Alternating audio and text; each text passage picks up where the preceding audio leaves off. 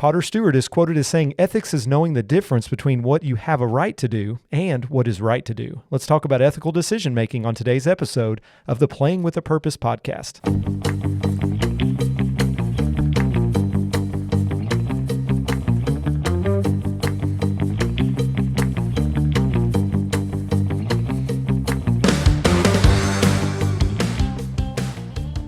All right, welcome to the Playing with a Purpose podcast, where we explore topics related to the moral development of collegiate athletes and young people as it relates to character, responsibility, and purpose. I'm your host, Matt Barker, and today I'm excited to have Freed-Hardeman University Associate Professor of Bible and Philosophy, Dr. Matt Sokoloski, or as we like to affectionately call him, Soko. We'll call him Soko. Hello. So good to have you on the program. Thanks. Good to be here. I think you have a great first name, by the way. Matt, yeah. And we also had Matt Cook on not too long ago. So there's a lot of Matts that work at Freed-Hardeman. So sure. Matt Vega, Matt Cook, Matt Sokoloski, Matt Barker. There's probably some others we're leaving out there. So it's really good to have you on. I'm excited about the topic today. We're talking about ethical decision-making. And one of the reasons I wanted to have you on is Dr. Sokoloski teaches classes in values. So one of the classes that Freed-Hardeman students have to take in particular is values. It's usually their junior or senior year. It's a 400-level class, and a lot of what they talk about is how to make ethical decisions, how to approach moral dilemmas, things like that. And so I'll be full disclosure here. When I asked Soko to be on the podcast, he said, "Hey, I'm not an athlete here. I don't know if I can really bring much insight on that," which is the same thing that Robert Hatfield told me as well. And I'm like, "No, Robert and Soko, I'm good. I want you on for other reasons besides athletics, because this topic is very important, not just for athletes, but students in general." So really excited to have you on. If you could just give us a little bit of background for our listeners that might not know who you are, give us a little bit of background about your work experience, family, things like that. Okay, well, let me explain why I'm not an athlete. My brother shot me in the eye with a BB gun when I was 3 years old. Okay. He was like 7 or 8, tore my retina in 2 places. And so that directed my path away from sports because I couldn't play anything that would have like contact because of, the threat. It jeopardized to your eye. athletic career at an early age. It's like that one thing that forever like changes the trajectory. So that's why I'm like, can run, and I'm afraid of a Frisbee if it comes right at me. No basketball, no football. No, I played no Simu. baseball. I don't know how familiar all listeners are with Freed-Hardeman history, but I played Simu basketball. So that tells you my level of... I loved Simu. Simu was one of my favorites. So you and Brad Montague and all them. Yeah, we played basketball together. Yes. Okay, so I'm from South Texas. I'm from San Antonio.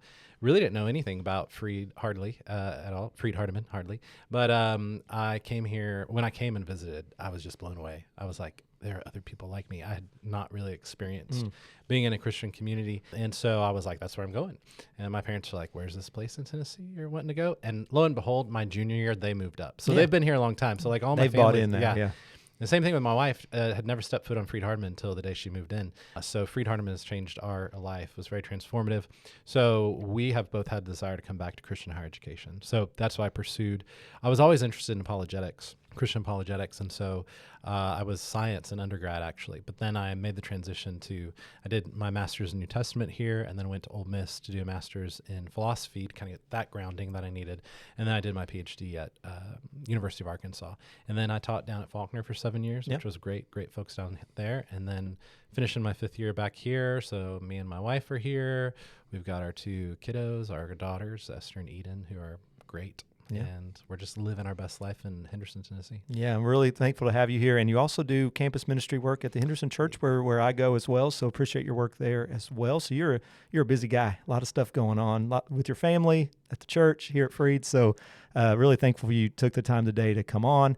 And I won't talk too much about athletics, I promise. So we're going to really focus on ethical decision making. And the first question I kind of thought of here was, how do you define ethical decision-making? We hear that word specifically for students. I know with your experience with teaching values, you probably have a certain approach to how you approach the subject of ethical decision. How do we make ethical decisions? What does that mean to you? Right. So I am thankful that Freed-Hardeman has values as a capstone course. That requirement. So one of the things I've realized is that unless students have had like a business ethics or a medical ethics class, in their degree, it's really when they get to values that it's their first exposure to a closer look at ethical decision making in terms of even just like frameworks to think about it. So the first part of the course, I spend time more on lecture of working through different standard frameworks for ethical thinking. And I highlight each of these, you got to think of like as a family, right? So I'm just kind of doing a quick survey, but you have utilitarian approach, right? It was kind of greatest happiness for the greatest number. So very much based on the consequences. Then you have deontology, which is about duty or responsibility. And then we also talk about virtue ethics, right? So whereas utilitarianism, deontology may be about certain rules, virtue ethics asks the question, maybe not what rule do I follow, but what does this action or decision say about me as the acting, the acting moral agent? So, for example, here's a quick analogy I use when I kind of summarize. Hey, a takeaway in your head. Say there are 3 daughters and they all want to call their mom on it's their mom's birthday, right? So the first daughter, she's a utilitarian. It's a very ethical family, but very different children, right? So the first one's utilitarian. She's like, well, it doesn't cost me a lot to call my mom on her birthday, so I'm going to call my mom on her birthday. It'll make her happy. It increases net happiness. Then the other daughter, she's a deontologist. She's like, it's my duty. It's my responsibility. Every daughter or every child should call their parent on their birthday. So she calls her mother.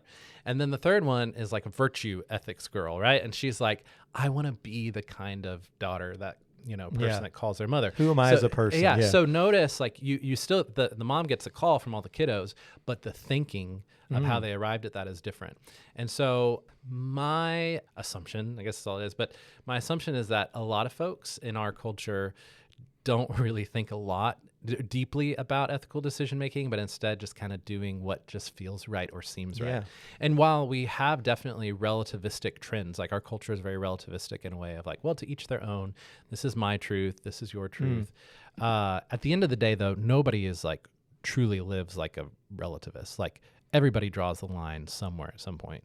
But what's interesting is that in all sorts of areas of life, we want to know the truth of the matter. I want to know if I'm sick. I want to know what's causing me to be sick. If I'm, going to my bank, I want to know how much money is in the bank account. But then when it comes to questions of like morality and religion, we're like, oh, well, we don't want to be absolute on that for whatever reason.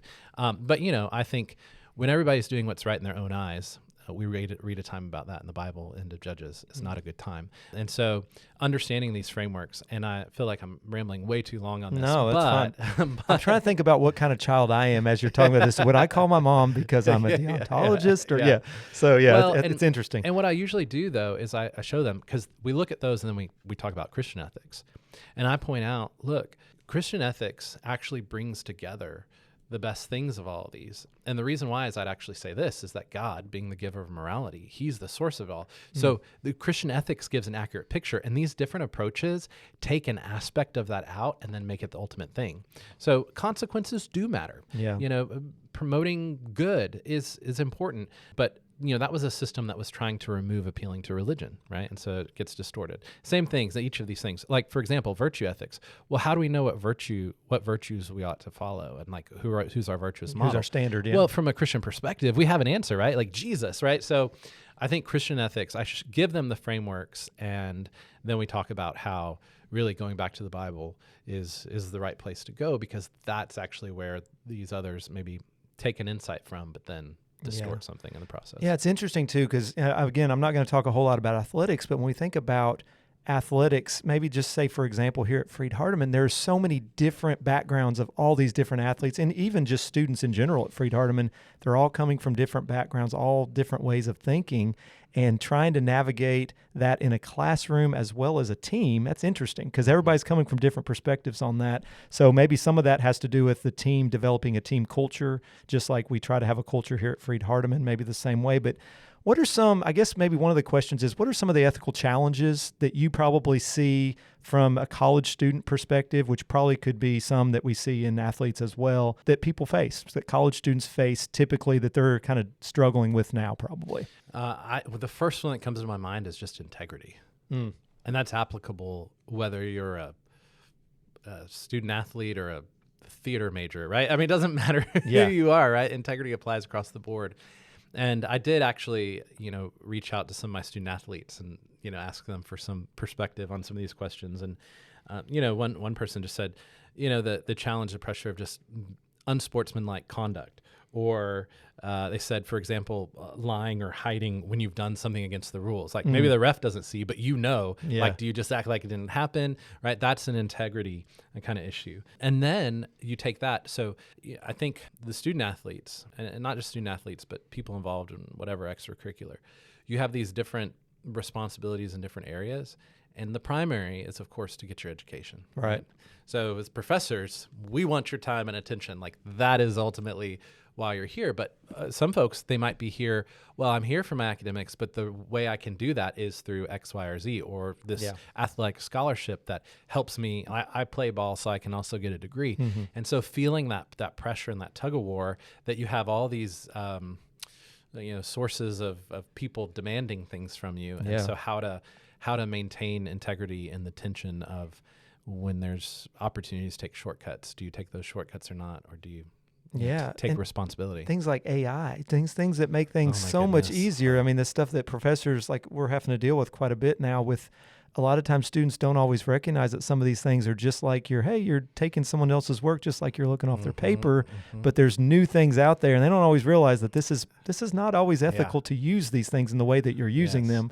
There's right ways and wrong ways, I guess, to use these things. So I think technology is probably a big one now that we probably didn't deal with as much when we were students, but students are having to deal with that a lot now, I think. And I just always tell them, I'm like, look, you can it was AI, like, you don't usually write like this. You wrote this better than I could, and there's words I don't understand in here, right? But I always tell them, like, I want to hear your voice. I want to hear your thinking. And so it's not always about accuracy.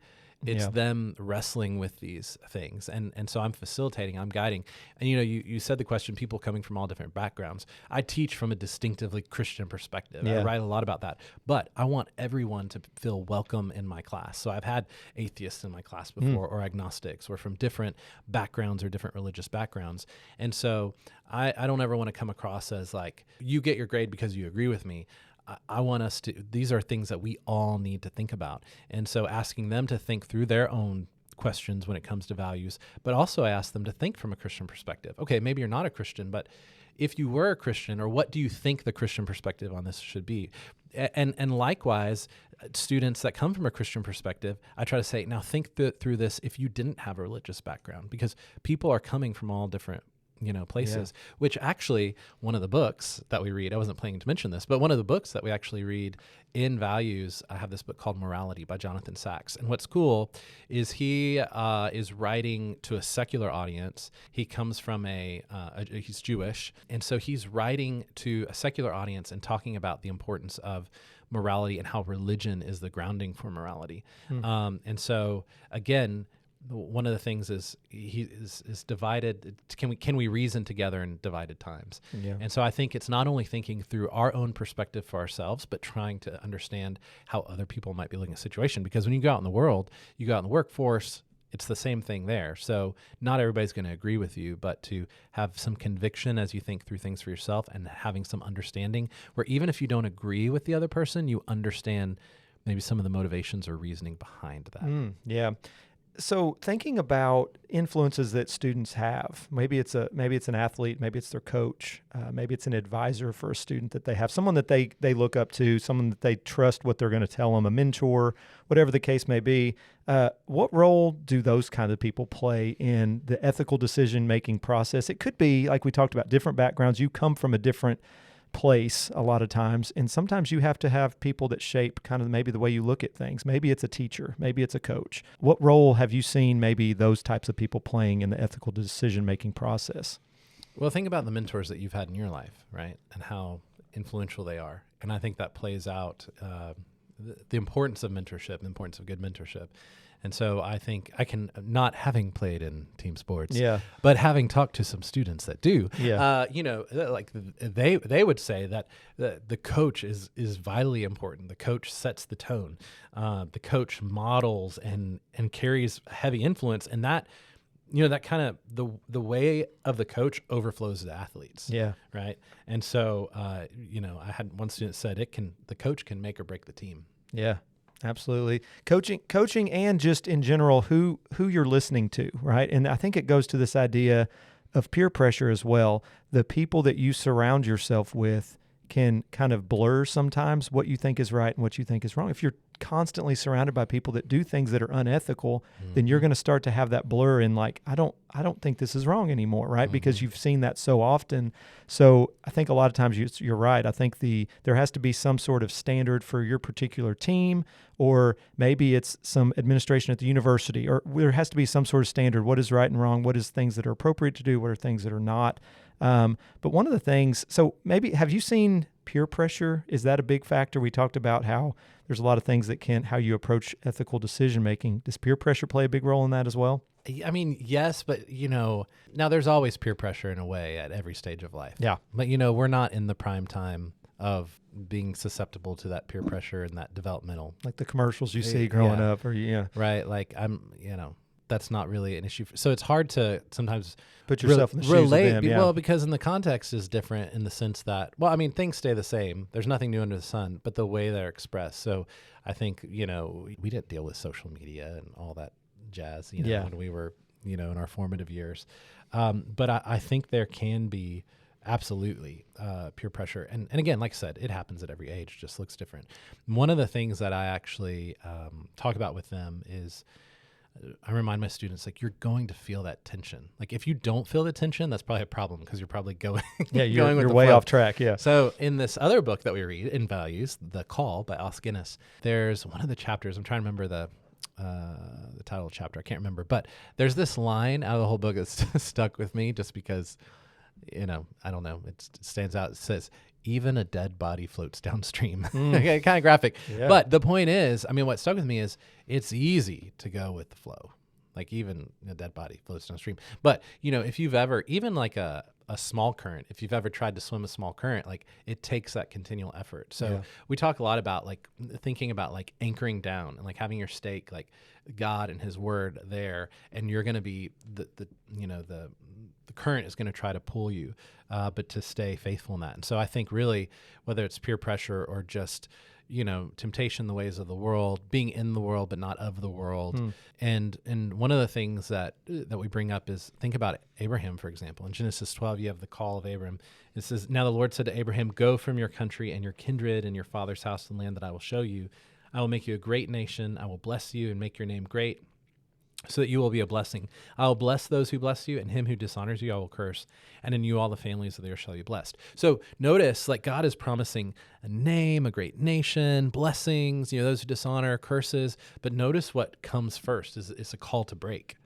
That might be the name of the chapter, by the way. There you go. Call to break. But he's called to break. Go from your country and your kindred and your father's house, right? So he had to make that break for the blessings to follow. And so I think, going back to the peer pressure, I try to encourage them of like, look, there's always going to be something pulling you in a different direction, but to be different, to be set apart, to be holy, to, again, anchor your thinking, anchor your worldview, anchor your convictions on God and in your identity in Christ, because that's going to help you weather the tension, the storms, the peer pressure. Yeah, and that goes to, you actually touched on a couple of different questions I plan to ask you about. There's a lot of different things that are taking the attention of these athletes, students, whether it's, I need to keep my scholarship. I need to make sure I'm doing the things on the athletic field to keep my scholarship there.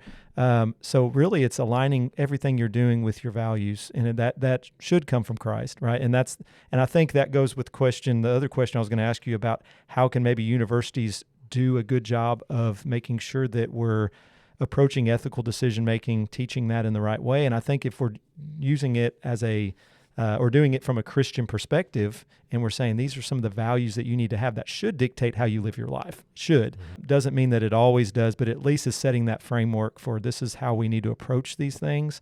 And if we do that, then it's going to be something that will be beneficial in the long run for sure. Well, I polled my student athletes and said, what kind of things do you think that, programs, universities, and really the only thing that was mentioned was the NAIA has the champions of character, right? So those are good things. Here's what's interesting. There is a book, I think it's called Doing the Right Thing, and there's a great video series that's put out by it, where they highlight, kind of some of the moral crisis that we're in, and what are some of the ways that we got here. And it's one of those things that reminds me of a C.S. Lewis quote where he says, you remove the organ and demand the function. So what he means by that, removing the organ, demanding the function. as we have trended towards more secular thinking, especially like in our universities, right? Yeah. Then what you're doing is you're removing kind of the foundational anchoring point. When you no longer want to appeal to religion or the Bible, then it just comes down to convention, really, of the culture and people. And so this idea of we're reaping what we sow or what we don't sow, of moral thinking and grounding that. And so again, think about if you like it's awesome to be at a place like Freed-Hardeman where like we lean into like, look, we want to subsume everything under Christ and for God's glory. And so we put that as part of the holistic thing. That's the foundation. But if you've got to figure out a way to talk about it, like for example, okay, you talk about character, but you don't ever appeal to the foundation of it, right? God and his goodness is ultimately the foundation of that. And so, for example, even at Freed-Hardeman, the values, unless they get it in something else specific, like I said, I'm finding that's the first place where they're getting, these different ways of ethical thinking. And even lots of programs, you might go into, a top tier business master's program and you get one little class on business ethics. So we dismiss talking about it, and then we're shocked when there's, scandal and, deceptiveness and all those things. And it goes along with this idea. Another idea is this cut flower theory. I think maybe that, I don't know if Francis Schaeffer coined that or not, but that idea of, right, like when you get flowers, the kid gets flowers to their mama and they look pretty, but then they wilt pretty quick. Well, why? Because you've cut them off from their source. So as you start to see cutting off, we're removing, right, appeal to religion or God in our culture. This goes back to what Jonathan Sachs is saying. He says, think about like society like a three-legged stool, all right? You have politics, government, which is about power. You have the marketplace, which is economics, buying, selling goods. And then you have religion, which is like morality. Yeah. And so if you take out religion or morality off the three-legged stool, like the market cannot take care of that. And the state cannot take care of that. So when you remove that, then we see some of the problems we have. And think about the values and character traits or virtues that we talk about now. Like, for example, I bring this up, sexual ethics. Our culture holds up consent. Yeah. Right. Oh, are you, if you're consenting, as if like, oh, look how virtuous. Right. Consent. Do you realize how low a bar that is, right? Of just consent, getting somebody to agree. So we hold up these virtues now that are like actually bottom of the barrel, and yet we treat like they're great when actually, again, we've removed the source, God, and so we see the atrophy of the virtues and the values in the culture. Yeah, it's really interesting stuff. Sorry, I feel like some of the stuff I've never, I feel like I needed to take your values class again. I took it back in the day, but man, this is good stuff. So speaking of values, though, you teach these classes. One of the questions that I had thought of that I really wanted to ask you was ethical decision making. I think what I'm hearing you say is it can't just be. Someone can't just tell you to do these things. You have to have some of these personal values to begin with in order for it to kind of shape the way you look at things. So do you think ethical decision-making is something that can be taught, or is it more like kind of a combination of having these values and then you're shaping kind of how you look at things? What's your thought on that? It's like the nature or nurture question, right? So the answer is yes. Like, I think people have different dispositions, like naturally. You might see it in your children, siblings, and yet totally different. I mean, that's the way it is in my family. Right? Or I look at my siblings and we're all different. Like, people have different dispositions or natural tendencies. But so there's that, but there's also the shaping of it. I mean, that's why, I think Deuteronomy is talk about these things when you rise up and when you're walking along the way and when you're going to bed. Like, these are instilled, they're passed on. And so, there may be certain dispositions. Like, for example, I have a very tender conscience. Like, if I eat Chick-fil-A, if I eat Chick-fil-A, like for lunch, and like I don't bring it to my wife, I'm gonna have to confess to her. Yeah. By the way, I got Chick-fil-A for lunch, right? So there are different tendencies we have, but we deal with sin, right? We get distorted. We're so good at self-justification, right? I'm good at that too, and so.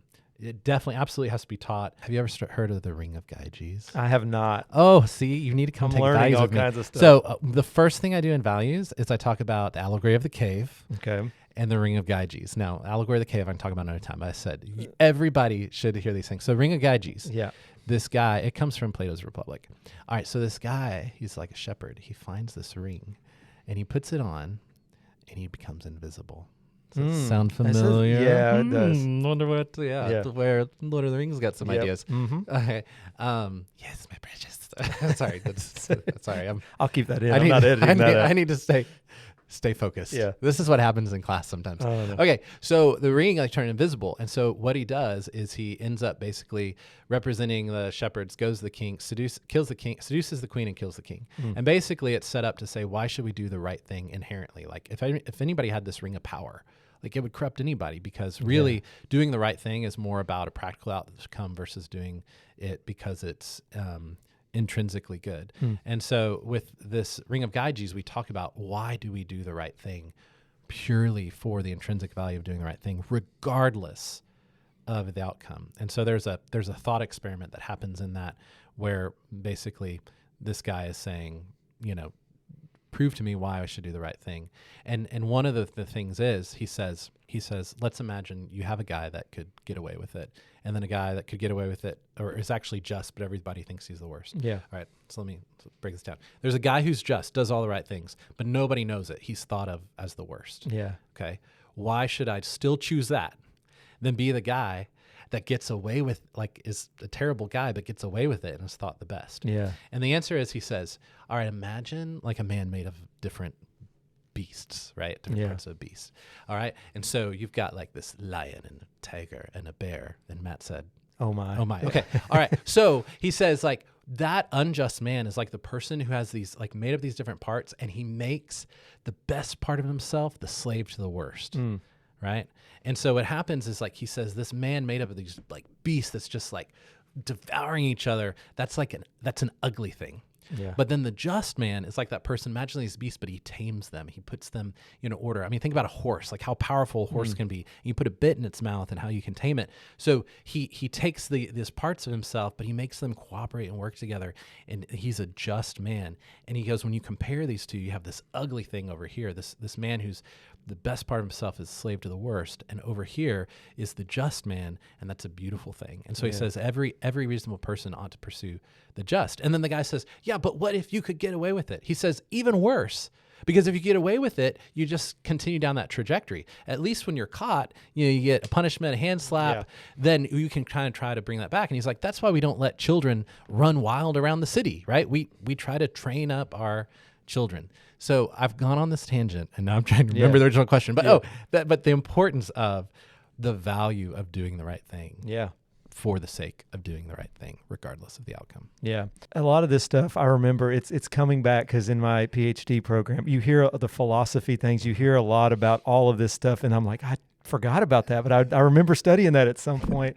So a lot of this stuff is really interesting. It's bringing back memories of my PhD program. One of the things that, and we talk a lot in my communication theories class about cognitive dissonance. And the reason you have cognitive dissonance is sometimes because you found out something maybe is not the right thing to do. Like the classic example is people in the 50s when they smoked, and they found out all the health risks of smoking, and then they were grappling with like, oh, this is wrong because it's bad for my health, but I started this when I didn't know it was bad for my health. So you come up with all these reasons, they call them mental gymnastics of why I'm doing these things, like you talked about with Chick-fil-A, and so a lot of that stuff is like, we do that, and the values that we know we should have, maybe we don't always live up to that, and we come up with, well, I'm overall a good person, I'm not all that bad compared to this person. So there's a lot of different things as far as ethical, the way we approach that. Sometimes it's comparing ourselves to other people. Sometimes it's, but overall we should be looking at who is the standard, right? And hopefully that is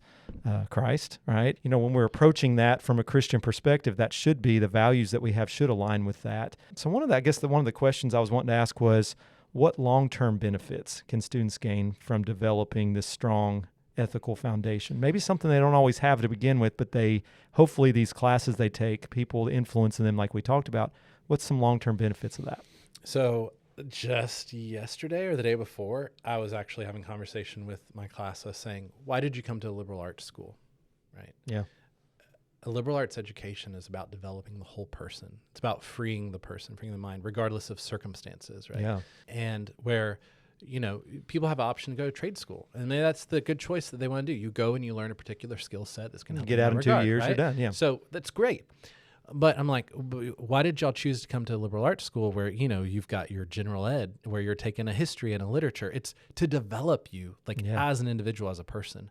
And so I think part of that development, which happens whether you go to college or not, it should happen, right? Everybody needs to be a moral person. But this opportunity to come and pursue higher education, putting it all under the lordship of God, and giving that holistic picture, then thinking through that to deepen those convictions, it's like transferable skills, right? Yeah. I mean, it's even like if you get a degree in one thing, that doesn't mean, like, my undergrad was in biology, right? Yeah. And I love turtles. I did a senior thesis on turtles. Shout out to Dr. Butterfield. Butterfield's awesome. Yeah. All right. So, but like the transferable skills, right, that happen. And so as we think about not just for the practical purposes, it goes back to the ring of Gyges we're just talking about, for intrinsically doing the right thing. And we'll all give an account, one day. And so being just regardless, when you were talking there just a minute ago about how we can like self-justify and all that, I think that's part of the challenge as we align our whole selves, right?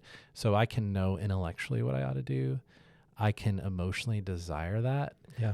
But do I have the willpower to do that too, right? Yeah. So that's like, the whole self orienting towards that. Like the example I always think of is like Reese's peanut butter eggs. So good. I love that. Oh. And now I'm developing glucose intolerance. I'm like pre-diabetic, right? So like I know that I ought not. And if I open a Reese's, I can put away a Reese's peanut butter egg 6-pack in like 3 minutes. Okay. Yeah. All right. Like I know intellectually, I know that. I don't like desire to, flood my blood with sugar like that. But the question is, will I have the willpower now? Right. Yeah. Sometimes I do.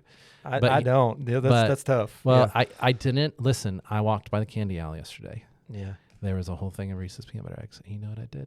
Did I buy the Reese's peanut butter eggs? No. You had willpower. No, I got a 4-pack of Cadbury eggs. Okay. And I ate 2 of them. So you just replaced it with something else. So I'm sorry, I digress. This is also a little snapshot of sometimes what people have to deal with me. Yeah. But anyways, going back to this, I mean, it's just one of those things that's developing who we are. And to be able to be at a place to do that in a way to sit around, like in my values, I lecture for about 3 weeks, and then we've got like 3 different books that we read that are all kind of, one's like big scope cultural, one's very personal, and another is thinking about how do I want to look back on my life when I'm at the end of it? Should we be granted long life? Should we, there's no guarantee for that.